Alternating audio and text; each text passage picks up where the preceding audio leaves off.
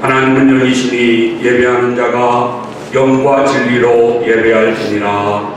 아멘.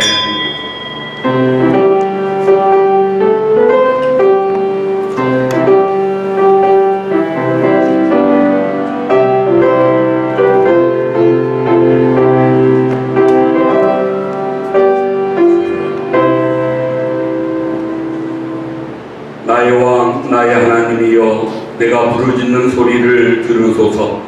내가 주께 기도하나이다. 오직 나는 주의 풍성한 사랑을 힘입어 주의 집에 들어가 주를 경외함으로 성전을 향하여 예배하리이다.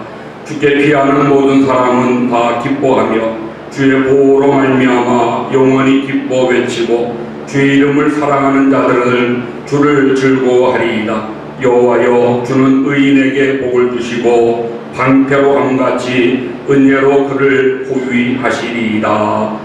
아멘.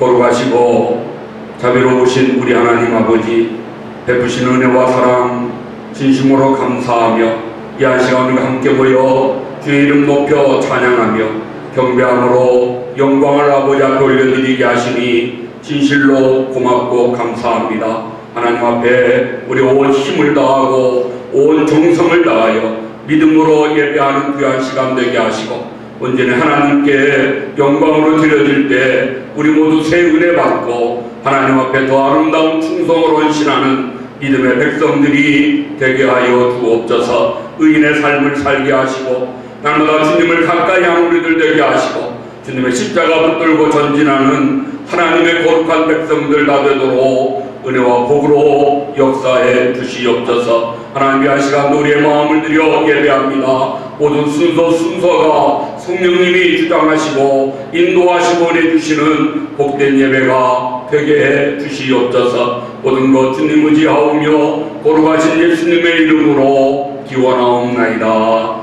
아멘.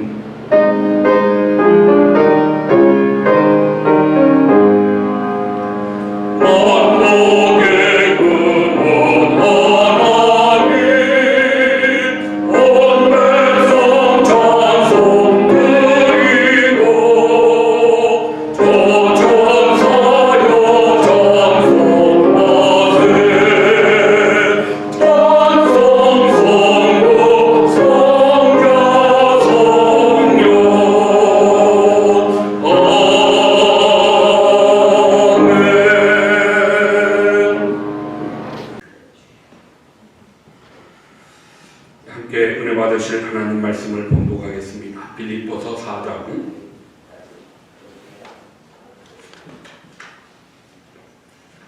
하나님 말씀 빌립보서 4장 15절로 20절 말씀을 제가 봉독하겠습니다.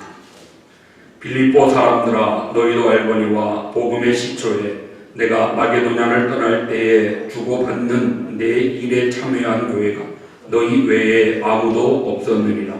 데살로니가에 있을 때에도 너희가 한 번뿐 아니라 두 번이나 나의 쓸 것을 보내었도다.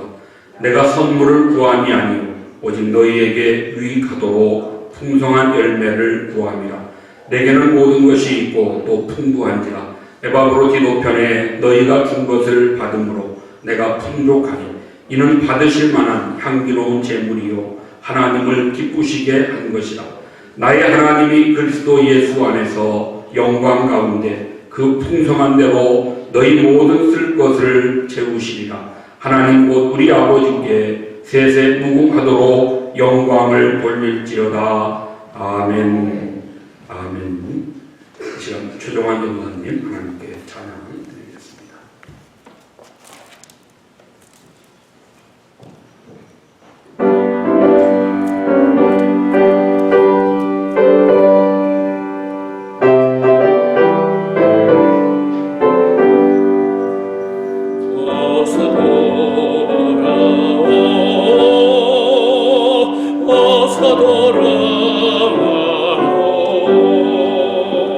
지은 죄가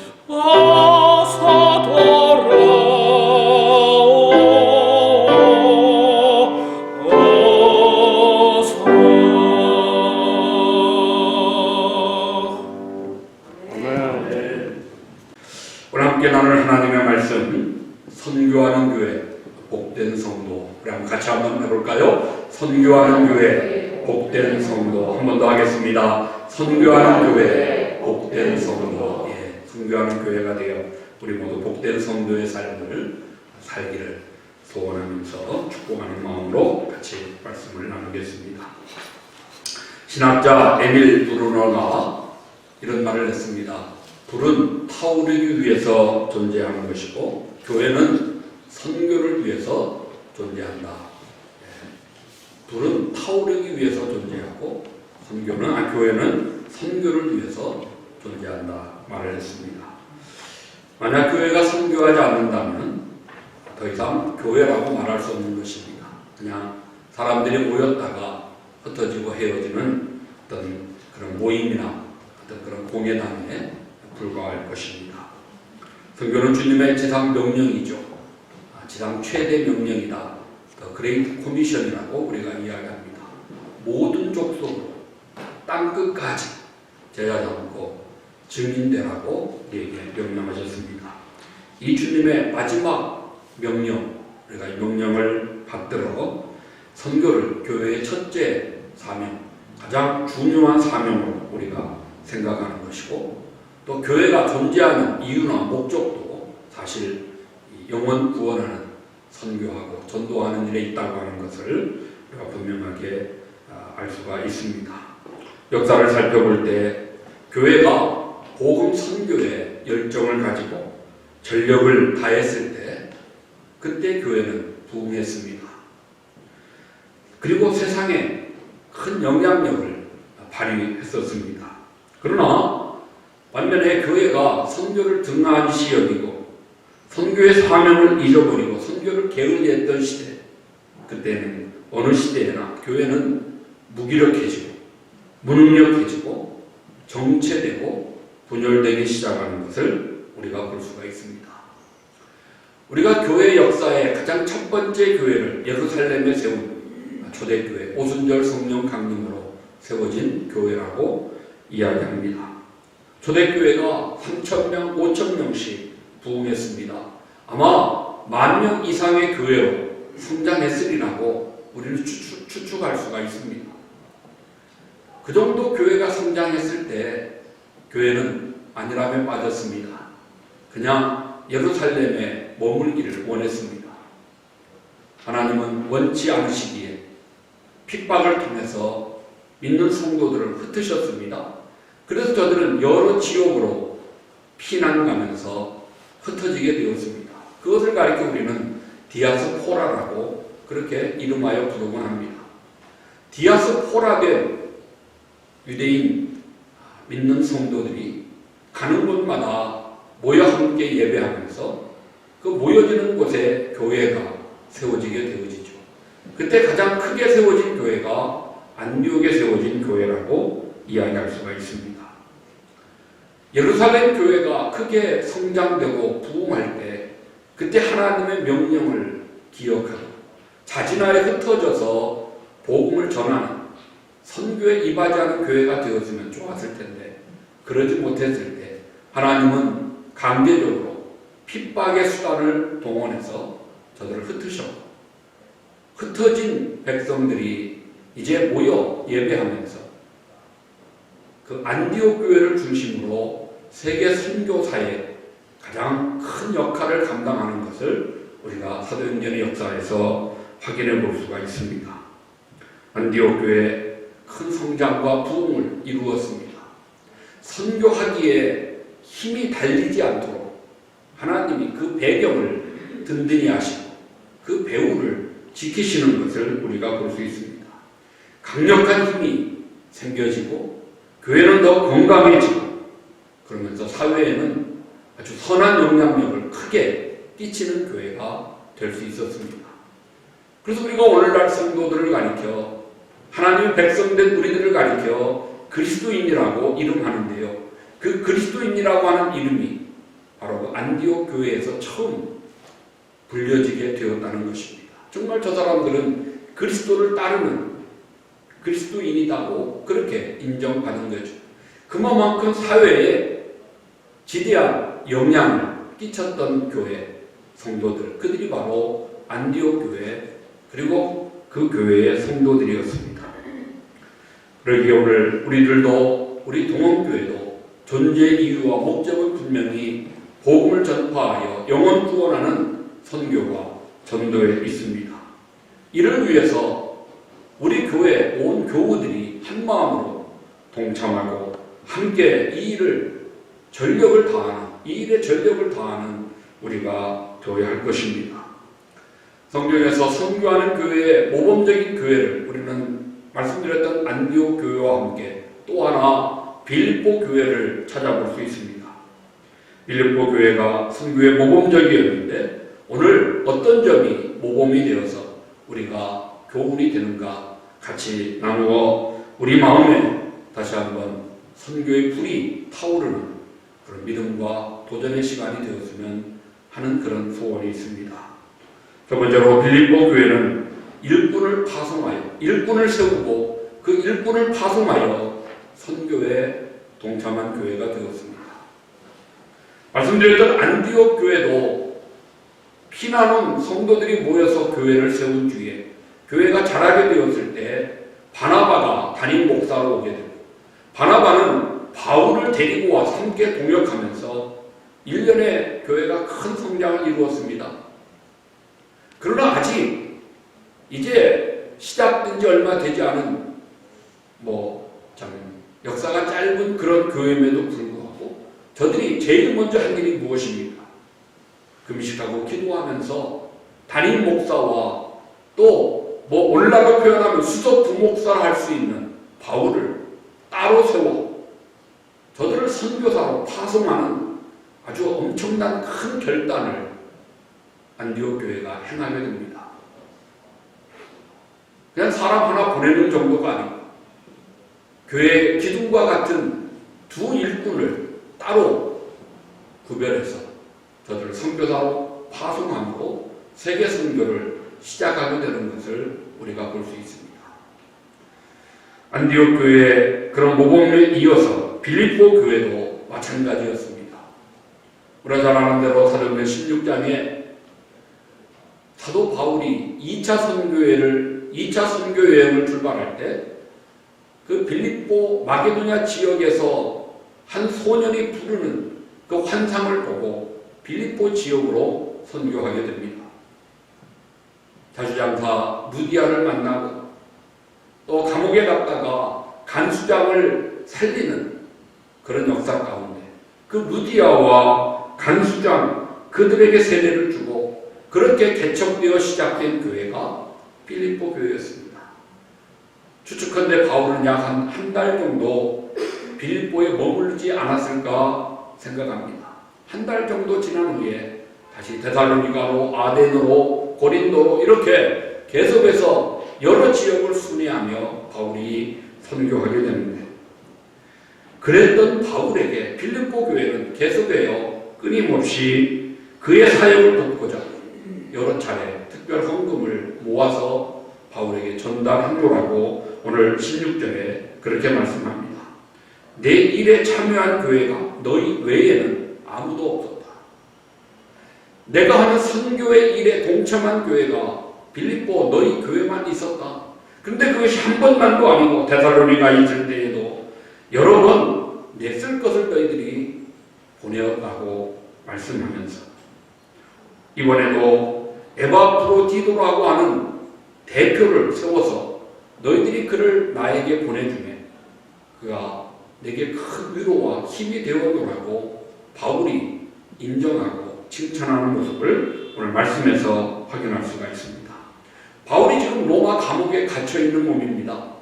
그런 바울을 위로하고 그런 바울에게 힘이 되고자 빌립보 교회가 헌금하여 그 헌금을 자기 교회 대표인 에바브로디도 손에 들려줘서 바울에게 가게 한 것입니다. 에바브로디도는 성도들이 모아준 헌금을 가지고 바울을 찾아왔고 오늘날로 표현하면 옥바라지를 한 것이겠죠. 바울을 옆에서 돕고 섬겼습니다. 그러다가 바울이 에바브로디도가 큰 병을 얻게 되었음을 우리는 빌립보서 2장에서 볼 수가 있습니다. 에바브로디도가 바울을 도우러 왔는데 돕다가 에바브로디도가 큰 병에 걸려 죽음의 위기를 맞게 된 것입니다. 바울이 얼마나 마음의 짐이 되었겠습니까? 또 그 소식을 듣는 빌립보 교회 성도들은 얼마나 안타까웠겠습니까? 열심으로 함께 기도하는 가운데 하나님이 그를 살려주시고 치료해 주셔서 그가 다시 건강을 회복하게 되어졌고, 이제 그 에바브로디도 편에 오늘 이 빌립보서를 써서 너희들이 내게 보내줬던 그 사람 너무나 고맙고 그것이 내게 큰 위로가 되었고 내게 큰 기쁨이 되었노라고, 그 편지가 바로 오늘 우리가 함께 읽는 빌립보서의 말씀입니다. 에바브로디도 그를 다시 빌립보 교회에 돌아갈 때 그의 손에 바울이 써준 편지 2장 25절에 에바브로디도를 가리켜 그는 나의 형제요 함께 수고하고 함께 분사된 자요 너희 사자로 내가 쓸 것을 돕는 자라고 그렇게 바울이 인정하고 있습니다.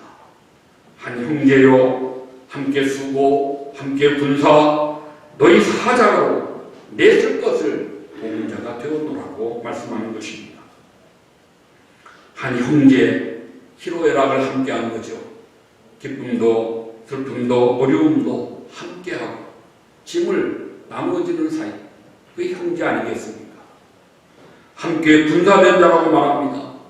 영적인 싸움에서 함께 힘을 합하여 그 영혼 구원하는 일에 헌신했던 그 모습으로 함께 분사된 자. 빌립보 2장 30절의 말씀 보면 에바브로디도가 자기 몸이 병들어 죽게 되었음에도 불구하고 하나님 일에 수고를 그치지 아니했노라고 바울이 증거해 주고 있습니다. 빌립보 교회는 에바브로디도라는 교회 대표, 사자, 아마 글쎄요 정확하진 않지만 추측컨대 에바브로디도가 당시 빌립보 교회에 담임하는 목회자였으리라고 생각할 수 있습니다. 그런 종을 바울을 위해서 파송하고 뒤에서 기도하고 후원하면서 함께 수고하도록 그렇게 배후에서 후원했던 교회가 빌립보 교회였다는 것입니다. 사람을 일꾼을 세우고 일꾼을 파송하고 일꾼을 돕는 교회, 바로 빌립보 교회가 선교에 동참하는 모범적인 모습입니다. 우리도 오늘 에바브로디도처럼 함께 수고하는 자, 함께 형제처럼 함께 분사로 함께 돕는 자로 주님의 일, 특별히 선교의 일에 동참하는 우리가 되어야 할 것입니다. 또 이런 일꾼을 키우고 이런 일꾼을 세우는 교회가 되어야 할 것입니다. 교회 비전 중에 사람을 키우는 것, 이것은 절대로 뒤로 물러설 수 없습니다.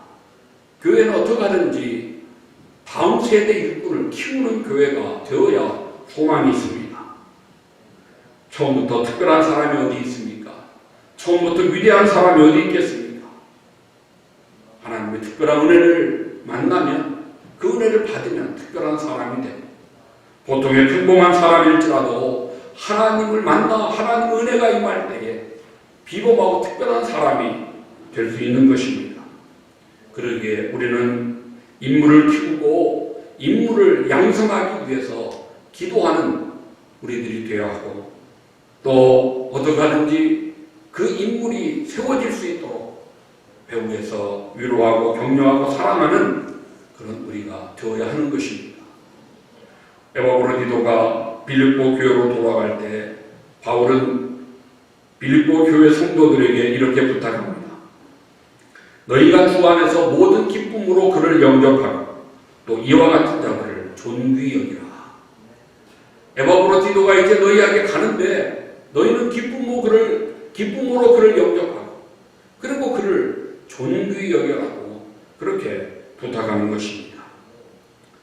에바브로디도처럼 보냄받은 선교사도 필요하고 중요하지만, 그러나 빌립보 교회 성도들처럼 보내고 후원하면서 그들의 수고를 알아주고 기쁨으로 저들을 존귀히 여기는 그런 성도들이 사실은 더 필요하다고 말씀할 수 있습니다. 주님 위에 칭찬받는 자가 되는 것도 중요하겠지만, 그런 사람을 알아주는 것도 정말 선한 일이고 귀한 일이라는 것입니다. 이 모든 것이 선교에 동참하는 복된 일입니다.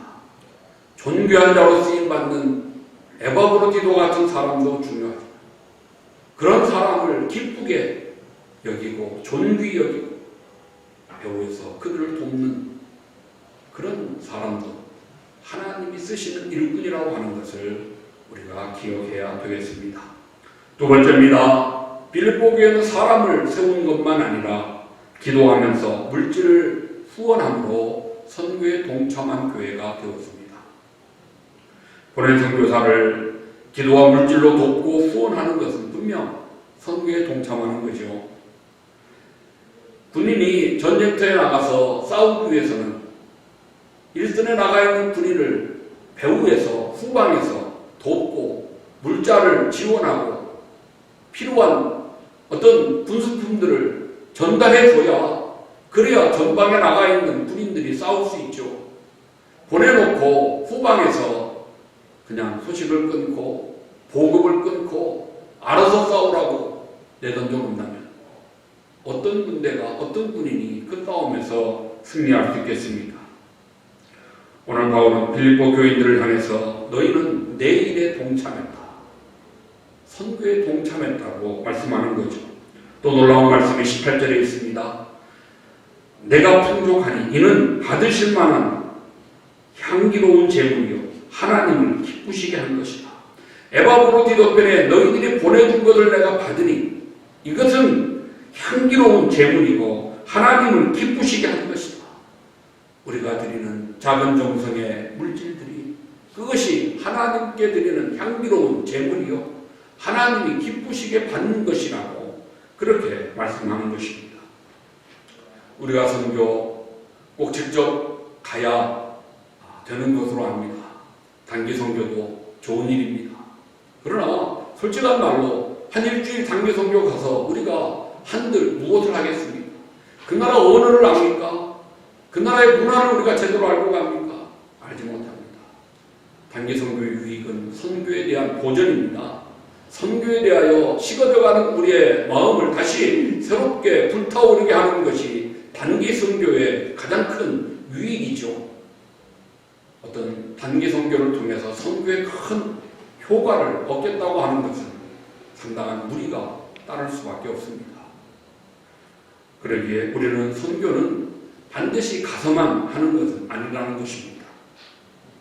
직접 가는 것 필요하지만 가지 않더라도, 가지 못하더라도 우리가 있는 곳에서 얼마든지 가는 것 이상의 선교를 충분히 할 수 있다고 성경이 우리에게 말씀하는 것입니다. 필리핀의 한 가난한 학생이 미국 두루 대학교, 감리교에서 세운 두루 대학교에 장학생으로 선발되어서 미국 유학을 오게 되었습니다. 미국에 도착한 첫 주일날이 되었을 때 아침에 기숙사 문을 두드리는 소리를 듣고 문을 열었더니 한 노신사가 우산 2개를 들고 앞에 서 있었습니다. 비가 많이 오는 궂은 날이었는데 그 노신사가 이 청년에게 하는 말입니다. 학생, 나는 이 학교의 교수인데 우리 마을에 아주 설교를 잘하시는 목사님이 계시니 오늘 나와 함께 그 교회에 가보지 않겠느냐고 권하는 것입니다. 교수님이 알지도 못하는 자기를 찾아서 이 궂은 날씨에 우산까지 들고 자기의 기숙사 방문을 두드리는 것을 거절할 수가 없어서, 그래서 그 교수님 권고를 따라 교회에 따라 나간 그 걸음이 그 학생 4년 대학 과정 동안 계속해서 교회에 출석하면서 은혜를 받고 사명감이 생겨 전공을 받고 두루시락 대학원에서 신학 공부를 하게 됩니다. 3년의 과정을 마치고 그가 목사가 되어 필리핀에 돌아가서 자기 고국에서 목회를 하게 됩니다. 정말 훌륭한 목회를 하다 감리교회 가장 어른이라고 할까요? 감독이 되어졌을 때 그 감독 취임 예배를 드리는 날 참 필리핀의 목사님이 설교의 제목이 두 개의 우산이라는 제목으로 설교를 하고 자기가 예수 믿게 된 그 동기와 오늘 자기가 있기까지의 그 노신사 교수님의 그 사랑, 그 이야기를 설교하게 되었을 때 듣는 모든 성도들이 큰 은혜를 받고 필리핀에서 이 두 개의 우산 이야기는 선교의 전설처럼 그렇게 지금도 전해져 오고 있다고 합니다. 비 오는 날 외국에서 온 한 이름 없는 학생을 위해서 우산을 하나 더 준비하여 기숙사까지 직접 찾아와서 교회를 같이 가자고 초청했던 그 노신사, 그 교수, 그분의 그 선교의 열정이 필리핀 선교에 한 획을 긋는 그런 불을 붙이게 되는 계기가 되었던 것입니다. 선교사를 파송하고 선교 현장에 직접 내가 가지 않더라도 우리는 얼마든지 내 삶의 현장에서 선교할 수 있다고 하는 것입니다. 이미 가 있는 선교사를 위해서 기도하고 뒤에서 후원하고 또 우리 생활권 안에 얼마든지 참 이웃들 중에 외국 친구들이 있지 않습니까? 어렵게 사는 그런 외국인들도 없지 않아 많이 있을 것입니다. 우리가 그들을 사랑하여 그들에게 복음을 전하고 물심양면으로 그들을 좀 도울 수 있다면 그런 사랑의 나눔이 우리의 진실함과 함께 우리의 선교 열정과 함께 전해졌을 때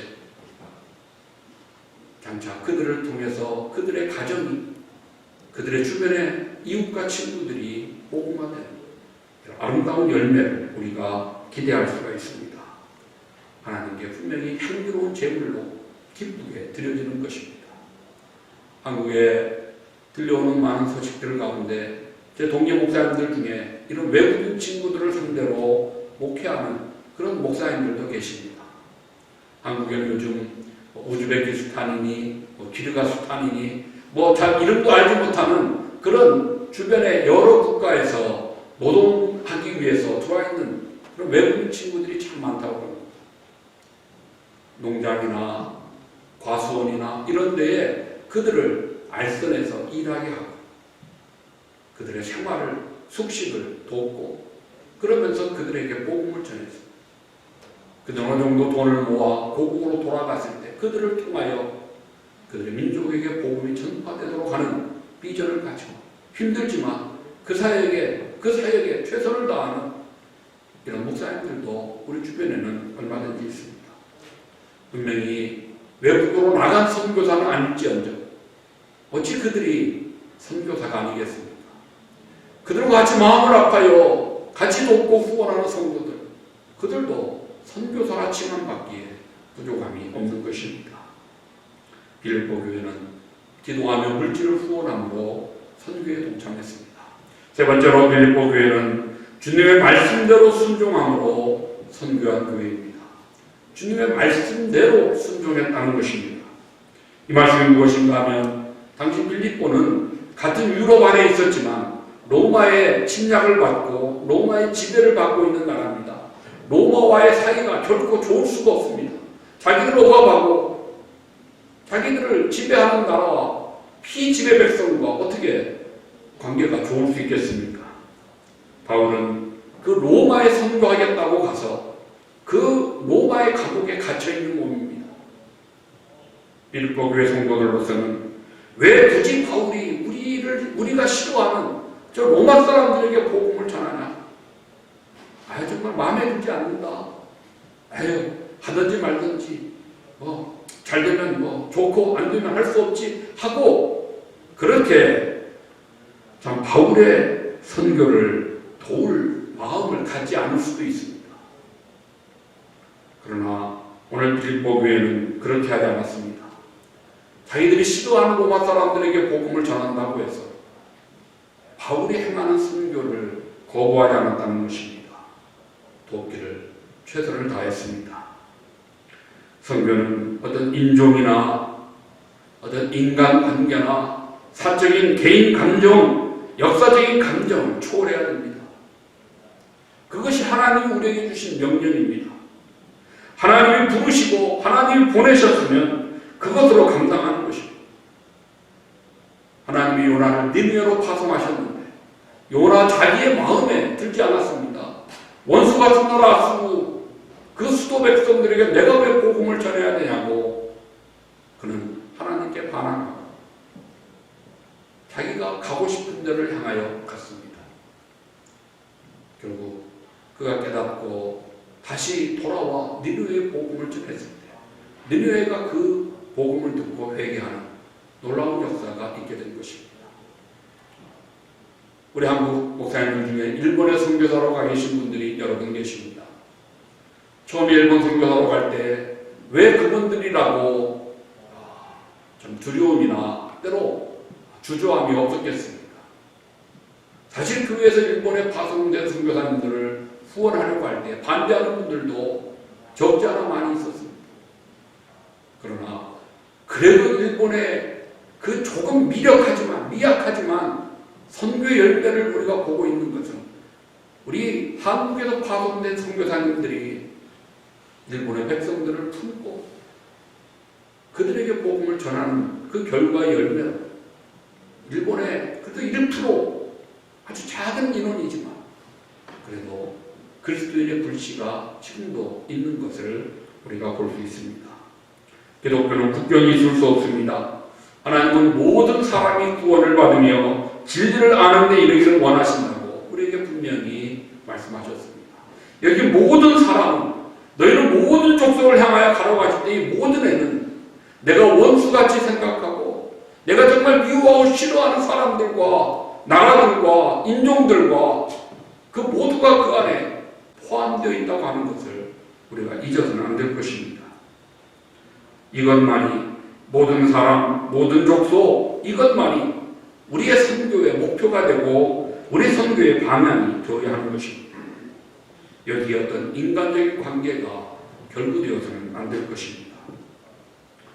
제가 말씀을 준비하면서 또 오랫동안 생각했던 것이 우리가 선교를 미약하지만 그래도 한다고 하면서도 그것까지도 빌립보 교회 같은 선교를 하지 못하는 것이 참 안타까웠습니다.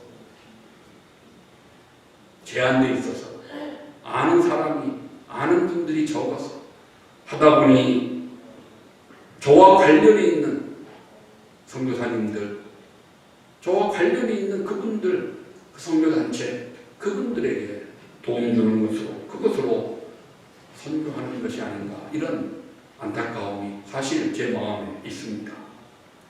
정말 선교하시는 분, 정말 선교에 전력을 다하시는 그런 분을 찾아서 그런 분을 위해서 기도하고 그런 분을 위해서 우리가 후원하고 그러면 좀 더 우리가 선교에 크게 동참하는 일이 되지 않을까 하는 그런 바람이 사실 제 마음에 좀 크게 자리 잡고 있습니다. 그런데 저로서는 더 아는 분이 저도 한계가 있으니까요. 그래서 제가 올해는 선교팀을 좀 조직해서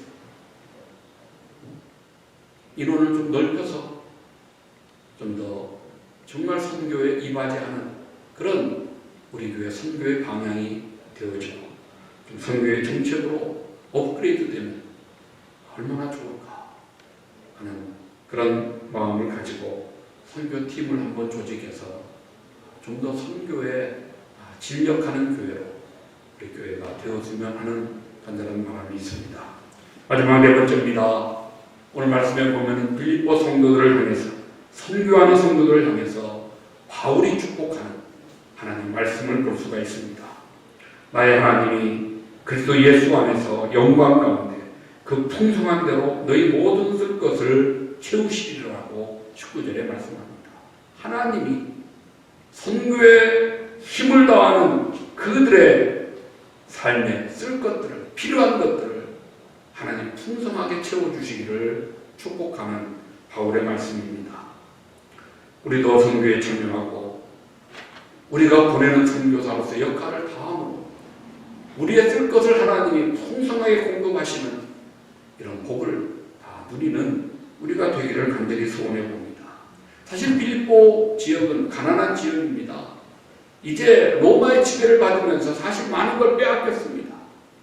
없는 중에도 저들이 최선을 다해서 다른 교회는 돌아보지 않는데 빌립보 교회만 사도 바울의 선교를 후원하는 것이었습니다. 그런데 결과가 어떻게 됩니까? 역사적으로 보면은 이웃의 많은 교회들 이방 종교에 의해서 이슬람에서 다 무너지고 오늘날 흔적을 찾아보기 어렵습니다. 그러나 참선교회에 힘써 헌신했던 빌립보, 그 빌립보 교회는 지금도 존재하고 기독교의 한 축을 감당하고 있는 것을 볼 수가 있습니다. 분명한 거 하나님은 선교하는 개인이나 선교하는 가정, 사업, 선교하는 교회, 선교하는 국가를 복 주신다는 것입니다. 저는 마가복음 11장 20절 말씀을 선교할 때마다 기억합니다. 제자들이 나가 두루 전파할 때 주께서 함께 역사하사 그 따르는 표적으로 말씀을 확실히 증거하십니다. 전도하고 선교하는 말씀을 전파하는 저들에게 주님이 함께 역사하사 따르는 표적이 있어 그들의 말씀이 확증되었다라는 것입니다. 우리가 하나님의 성령이 역사하시면 언제 가장 확실하게 체험할 수 있습니까? 복음을 전할 때. 정말 선교 현장에 우리가 함께 동참할 때 선교의 그 사실 앞에서 우리는 표적을 보게 됩니다. 예수님이 제자들을 전도대로 파송하실 때에 저들에게 무엇을 주셨습니까? 능력을 주셨습니다. 귀신을 쫓아내는 능력을 주셨고요.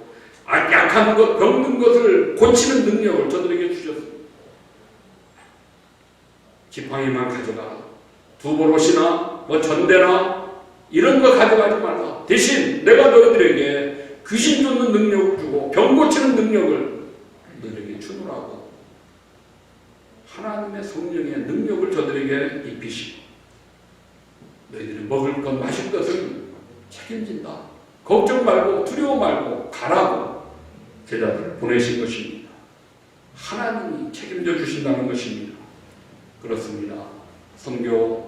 선교사들뿐만 아니라 보내는 선교사 역할을 감당하는 후원자들, 성도들, 그들의 영육간의 강건함을 하나님이 책임져 주신다는 것입니다. 예수님 말씀에 순종하여 선교하는 나라가 복을 받습니다. 이건 세계 역사가 증거하지 않습니까? 선교하는 국가가 복을 받았습니다. 스페인이 무적 함대를 자랑할 때 그때 스페인의 최고의 선교, 물론 천주교 로마 캐톨릭이었지만 로마 캐톨릭을 정말 세계에 전파했던 때 그때 스페인이 무적 함대의 나라가 되었습니다. 17세기, 18세기에 들어오면서 영국이 위대한 나라로 해가 지지 않는 나라가 되었습니다. 웨슬리나 휘필드나 이런 주의 종들을 통해서 세계를 향하여 미국을 향하여 선교하는 나라가 영국이었습니다. 19세기 들어와 이제 그 촛대가 미국으로 옮겨지면서 미국의 위대한 부흥운동을 통해서 세계를 향하여 선교하는 나라 미국이 되었습니다. 오늘까지 세계 선교의 50% 이상을 차지하는 나라가 미국이고 미국은 지금도 세계에서 가장 위대한 나라라고 우리가 분명히 인정할 수 있는 것입니다. 선교의 전성기를 이룰 때에 그 국가도 전성기를 이룹니다. 선교하는 교회나 선교하는 개인은 하나님이 책임져 주십니다. 복을 받아야 선교사를 파송하죠. 복을 받아야 선교에 후원할 수 있죠. 할 수 있도록 선교하는 데에 부족함이 없도록 그렇게 하나님이 채워주시는 것입니다. 미국의 역사가 증거합니다. 우리 대한민국의 역사도 증거합니다. 한국전쟁 이후에 전쟁의 폐허 속에 짧은 기간 동안 이런 경제의 큰 발전을 이룰 수 있었다는 것 누가 한 것입니까? 물론 우리의 아버지 세대, 우리 할아버지 세대가 땀 흘려 수고한 건 사실이지. 그러나 그 배후에 하나님 선교하는 교회들, 선교 그런 교회와 성도들이 있어서, 그래서 우리 한국의 경제가 엄청난 발전을 이루었다고 하는 것을 우리는 부인할 수가 없습니다. 선교하기 위해서 필요한 건강, 선교하기 위해서 필요한 물질, 선교하기 위해서 필요한 능력을 하나님이 선교하는 국가에, 선교하는 교회에, 선교하는 성도들에게 허락하신다고 하는 것, 또 다 부어주시는 것 우리가 분명히 믿고, 내가 선교에 헌신하고자 할 때 내가 시름시름 안 와갖고 어떻게 선교할 수 있습니까? 어떻게 후원할 수 있습니까? 하나님, 나 선교에 후원할 수 있도록 건강을 달라고 기도하십시오. 하나님이 책임져 주실 것입니다. 저 아는 후배 목사님 선교사로 파송될 때 그 어머니가 암으로 큰 어려움을 당했습니다. 아들이 파송될 때 병원에서 눈물로 어머니가 기도했습니다. 내가 이 아들 후원해야 되는데, 기도해야 되는데, 어떻게 하든지 배후에서 서포트해야 되는데, 내가 이제리가 아파서 죽을 지경인 것을 어떡합니까? 정말 간절히 아들의 선교를 위해서 후원자로서의 삶을 살기를 소원하면서 결단하고 기도해요. 하나님이 깨끗하게 치료하시고, 아들의 선교 정말 끝까지 책임지고 후원하는 아름다운 모습을 기억할 수가 있습니다. 선교하는 자 하나님이 치료해 주십니다. 선교하는 자 하나님이 건강을 붙들어 주시고, 범사에 복을 주셔서 선교함에 어려움이 없도록 은혜 주심을 우리 모두가 믿고, 오늘 빌립보 교회를 향해서 바울이 축복한 대로 선교할 때 하나님이 그의 모든 쓸 것을 채우시는 아름다운 응답의 역사가 우리 안에 풍성하게 임하기를 간절히 소원합니다. 이제 결론의 말씀을 드리겠습니다. 우리가 주님 오시기 전에 선교할 날이 멀지 않았습니다. 주님 오시면 선교하고 싶어도 할 수가 없습니다. 여러분, 다시 시작해야 됩니다. 선교의 사명을 여러분 마음에 품으시고 여러분 모두 동참하시기를 부탁을 드립니다. 선교 약정서에 여러분들이 믿음으로 기도하면서 정말 기도하겠다, 후원하겠다, 내가 최선을 다해보겠다, 하나님 앞에 약속하시면서 동참하시는 우리 모두 되셔서 정말 하나님의 능력을 내 것으로 하나님 주시는 복을 우리 모두가 받아 누리고 마지막 때 선교에 크게 쓰임받는 우리 모두 되시고 우리 동원교회 될 수 있기를 우리 주님의 이름으로 축복합니다. 아멘. 하나님 우리 아버지 감사합니다. 선교하는 교회 복된 성도임을 믿습니다. 아버지여, 우리가 선교에 동참하고자 기도하고 후원하고 몸과 마음으로 힘을 다할 때 하나님 약속하신 말씀대로 우리의 모든 쓸 것을 채우시고 선교에 이바지하도록 역사해 주심을 믿습니다. 하나님 믿음으로 말씀에 아멘하면서 순종하여 선교하는 일에 결단하고 큰 힘을 다하는 우리 교회, 우리 모든 성도들 되게 하여 주시옵소서. 선교하여 성령의 능력을 받고 하나님 사역의 현장에 아름다운 놀라운 표적들이 세워지는 것을 우리들이 목격하면서 우리 믿음도 크게 성장할 수 있도록 역사해 주시옵소서. 믿고 감사하며 예수님의 이름으로 기도 올리옵나이다. 아멘. 우리 자리에 일어나셔서 우리 바다 높은 같이 한번 찬양하시고 축복으로 축복 기도하고 예배를 마치겠습니다.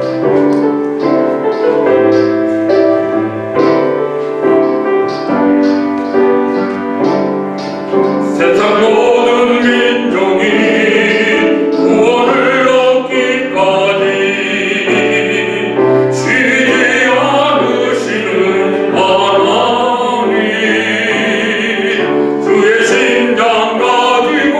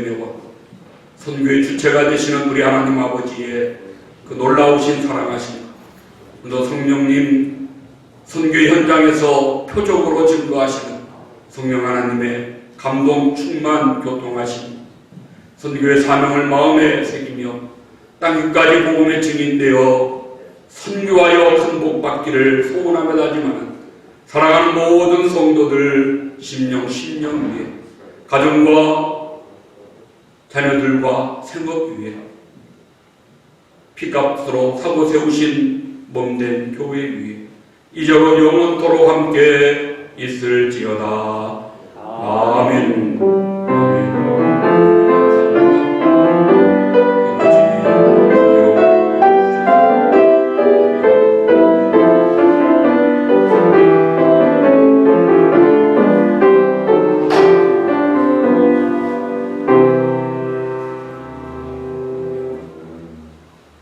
예배를 마쳤습니다. 감사합니다.